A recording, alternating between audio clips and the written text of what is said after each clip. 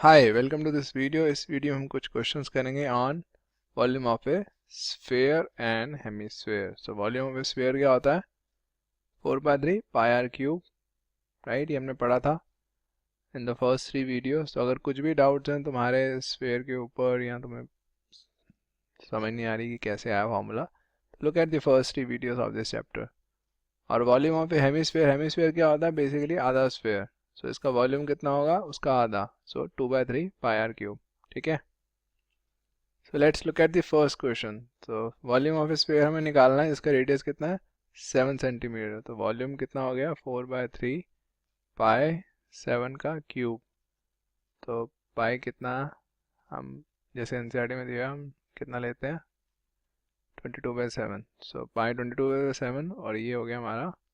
तो इसको सॉल्व करके जो भी आंसर आएगा वो है हमारा वॉल्यूम। और इसकी जो यूनिट्स होगी वो कितनी होगी? सेंटीमीटर क्यूब, क्योंकि ये सेंटीमीटर में है तो सेंटीमीटर क्यूब।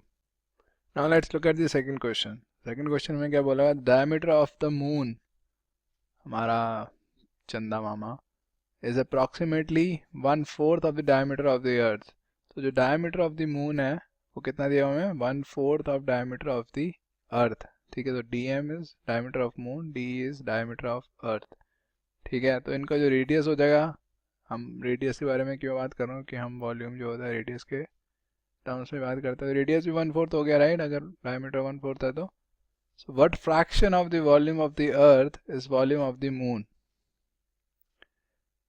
तो हमें वॉल्यूम ऑफ द अर्थ और वॉल्यूम ऑफ द मून का एक तरह से रेशो निकालना है। हमें बताना है कि कितना फ्रैक्शन है वॉल्यूम ऑफ द अर्थ का वॉल्यूम ऑफ द मून। सो पहली तो बात, इनकी शेप क्या होती है? सो यहाँ पे हमें पता होना चाहिए कि अर्थ और मून स्फेरिकल होते हैं। रेदर जो जितनी भी हमारी सोलर सिस्टम में प्लैनेट्स या स्टार्स हैं या अदरवाइज ऑल्सो स्टार्स प्लैनेट्स जो होते हैं और इवन सैटेलाइट्स होते हैं, जैसे मून को सैटेलाइट बोलते हैं, ये सारी स्फेरिकल होती हैं। सो जितनी भी हमारी स्पेस में जो बॉडीज़ होती हैं, सो ये सारी स्फेरिकल हैं। तो वॉल्यूम ऑफ द अर्थ क्या हो जाएगा हमारा? कितना होता है? 4/3 पाई आर क्यूब। सो इसमें ये आ जाएगा। और वॉल्यूम ऑफ द मून क्या हो जाएगा? 4/3 pi are M cube, right? सो इनका रेशियो क्या हो जाएगा हमारा? V/Vm इज इक्वल्स टू, और रहता हमने fraction of the volume of the earth is volume of the moon निकालना है। सो हम Vm/V करके देखते हैं।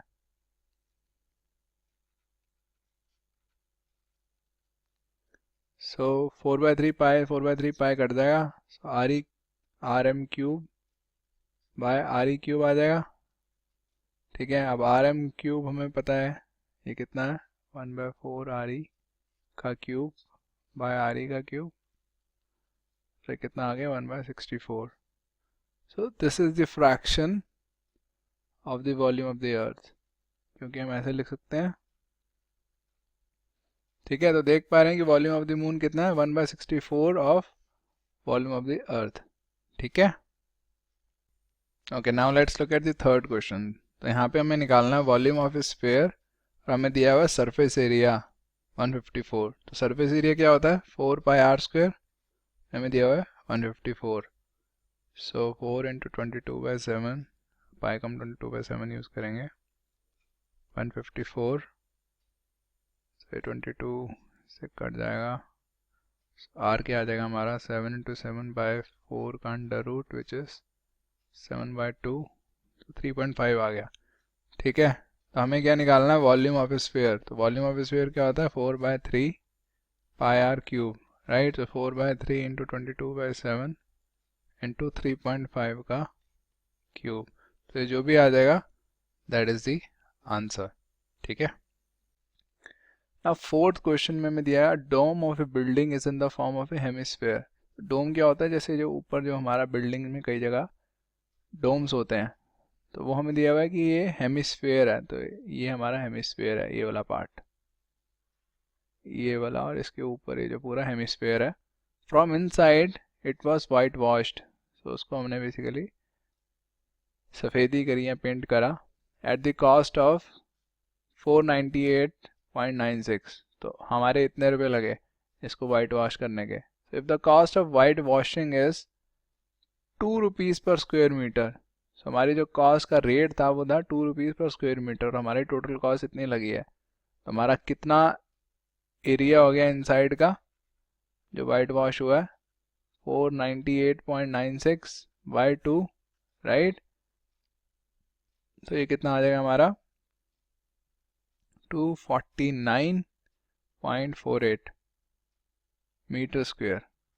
ठीक है, समझ आ रही है कैसे निकाला? क्योंकि मुझे पता है जितना भी मेरा एरिया होगा उसको मैं 2 रुपीज़ पर स्क्वायर मीटर के हिसाब से मुझे चार्ज लगेगा, और वो मेरा कितना था 498.96, तो उससे मेरी ये वाली इक्वेशन आ गई।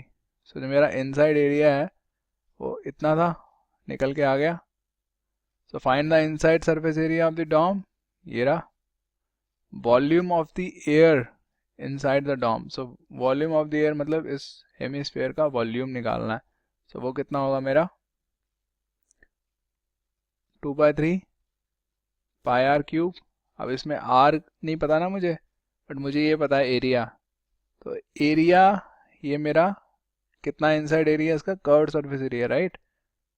2 पाई आर स्क्वायर होगा, राइट। अगर पूरा स्फेयर होता है तो उसका सरफेस एरिया कितना होता है 4 पाई आर स्क्वायर। तो हेमिस्फेयर का कर्व्ड सरफेस एरिया कितना होगा 2 पाई आर स्क्वायर।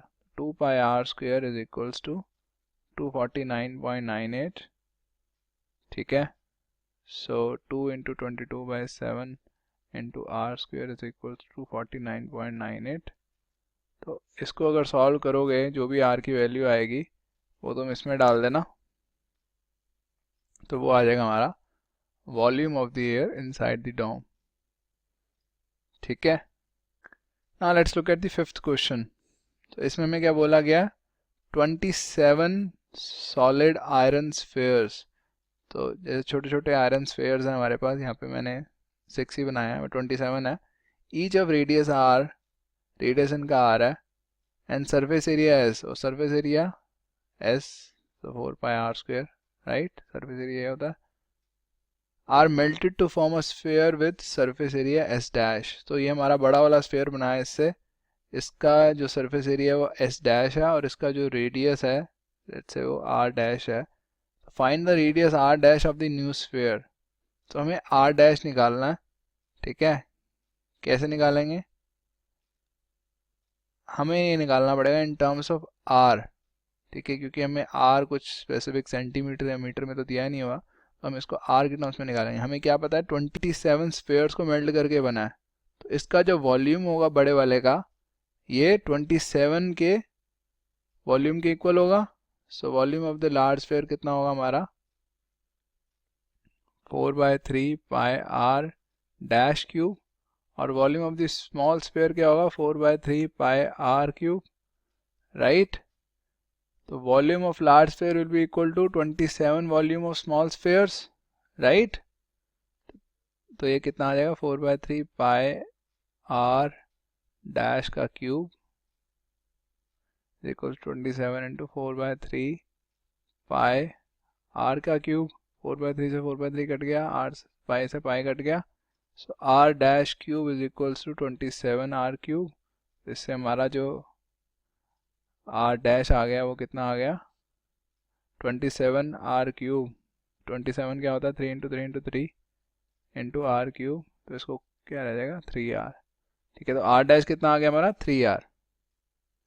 तो and we have to also calculate ratio of s and s dash, ठीक है। तो s तो हमारा यही है, s डैश क्या है हमारा 4 पाई r डैश स्क्वायर।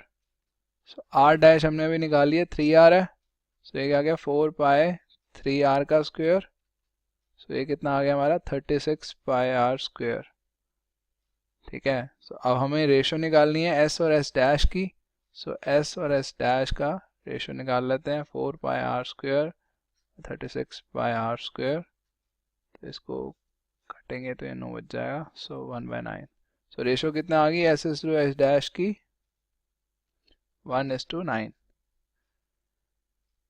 ठीक है। तो हमने करा क्या था 27 सॉलिड आयरन स्फीयर्स को हमने मेल्ट करके एक नया स्फीयर बनाया, और उस नया स्फीयर का जो रेडियस निकला वो कितना 3 टाइम्स था ओरिजिनल स्फीयर के, और उसका जो सरफेस एरिया था वो कितना टाइम्स था, 9 टाइम्स। ठीक है, so that is it for this video. Thank you very much for watching. कुछ डाउट्स हो तो कमेंट्स में पूछ सकते हो। Bye bye.